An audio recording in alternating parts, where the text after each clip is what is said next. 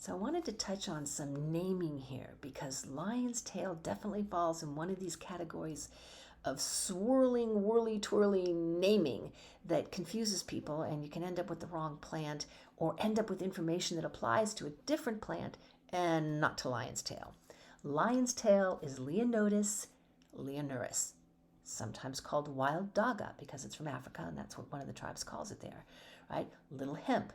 This is a plant that is known for its medicinal, right, big medicine, and its mild psychoactive properties. It's sometimes used as a substitute for tobacco or cannabis, even though it has nowhere near the strength, right? It's not a hallucinogen. It gives a mild, uplifting, euphoric feeling. It's short-lived, and it's used very beautifully in ceremonies in Africa, China, Vietnam, but especially in Africa where the plant is native. And it's to bring people together, to lift them up and connect them, right? Like a tribe of lions. This plant isn't named arbitrarily. It really has a lot of significance. I go into that far more in the health session I've created on Lion's Tail. You can go check it out at White Rabbit Institute of Healing. But what I want you to pay attention to here is these other plants that have similar names, and so you get this misinformation floating around and confusion. So we're talking again about lion's tail, Leonotis leonuris, otherwise called wild daga, right? Don't confuse it with Leonuris sibiricus, Siberian motherwort, sometimes called little marijuana. This strain is often sold on legal high websites, right? You don't want to be using marijuana, but you want to have a feel good. That herb is sometimes used that way. It certainly has a long history in Oriental medicine for being used as a medicine for treating infections and circulatory issues, right?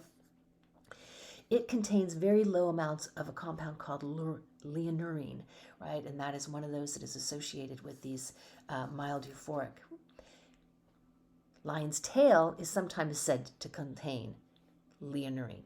No research yet confirms that. It contains other compounds, but not that one. So see the mess we have there, just one. Now let's go to the second plant that has a similar name, Leonotis nepetifolia, right? It's in the same strain as wild daga, lion's tail, Leonotis leonuris, but this is Leonotis nepetifolia, and it's lion's ear, right? And it is sometimes called clop daga, right? So it is a different plant. It has bigger heart-shaped leaves, and research hasn't confirmed the compound in that. It too is often said to contain this compound, leonurine. Doesn't. Not by research.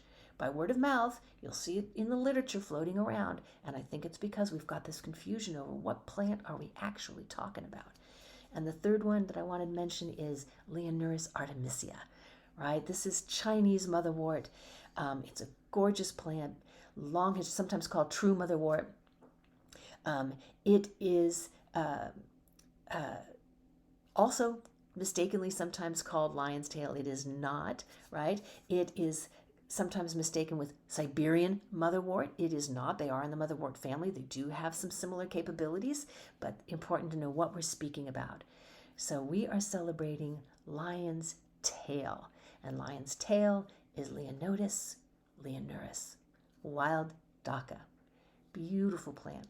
Can't recommend enough that you go find out a little bit more about it. It is a legal substance, and you should check out our health session on it to find out more about how to be using it and what's the history, right? This is a real medicinal plant that you don't just sip around, casually, that you really want to be taking with intention and purpose. And when you're sick, it can be really helpful.